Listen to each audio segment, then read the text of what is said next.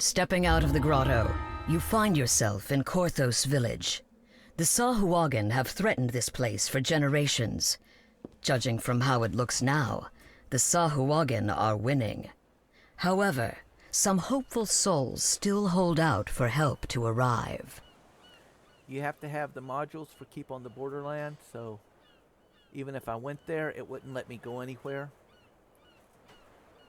Here, you'll notice he's got a green check mark.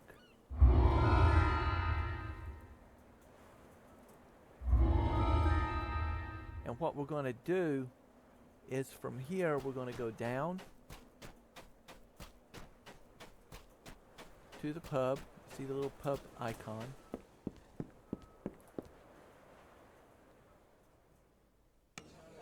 And we're going to find the spirit binder, which is right here. Spirit bindings can be an altar, it can be an item, it can be an individual. They're normally found in bars or local areas. You just gotta find it. If I fall in battle, can you bring me back? Yes, I want to resurrect here. And now you're ready to... We went from character creation to initial starter quest, and now we can get on into the more major, where we actually start leveling and doing stuff. The last thing to mention on this is as you go up, these are done by ranks, and every time you go up a rank, you will get action points. Once you've completed a level, even if you go beyond that, you will not get more action points until you level up. So you cannot be like a level 2 character with 50 action points. And in this, you've got to be real careful where you place them. The first thing I want to do here is activate my fiend and activate my materials. These will run continuously and give me benefits. Also my Eldritch Blast, which I use for this, which is here, is a force type spell. In other words, it uses like pressure waves. But because of the patron fiend, it will also do a amount of fire damage. And we can moderate what all of that is by putting our points up here.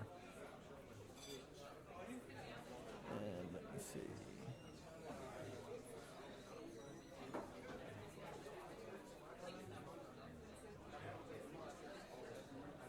This gives us a +5 to universal spell power, which would increase our damage.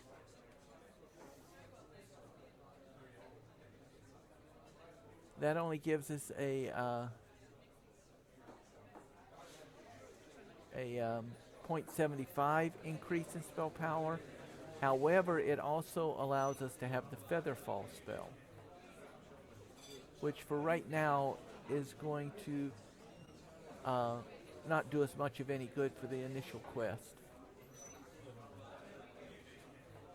So what we want to do on this one is go with that one there. That's going to give us more damage for in a warlock's case. In this case, it's for my Eldritch Blast spells, and so it will allow me to get through these quests a lot easier.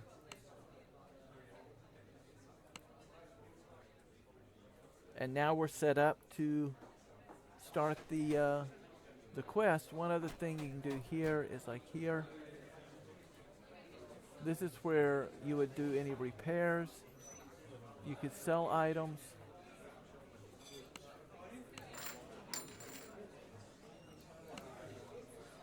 And then here you've got different things for different levels that will rebuild your mana and stuff. You'll normally only need this if you die. And then I would respawn back into here because of the spirit binder, and then I could buy something that would, and even if you drink and eat, you cannot leave the tavern until the drinking and eating sequence is done.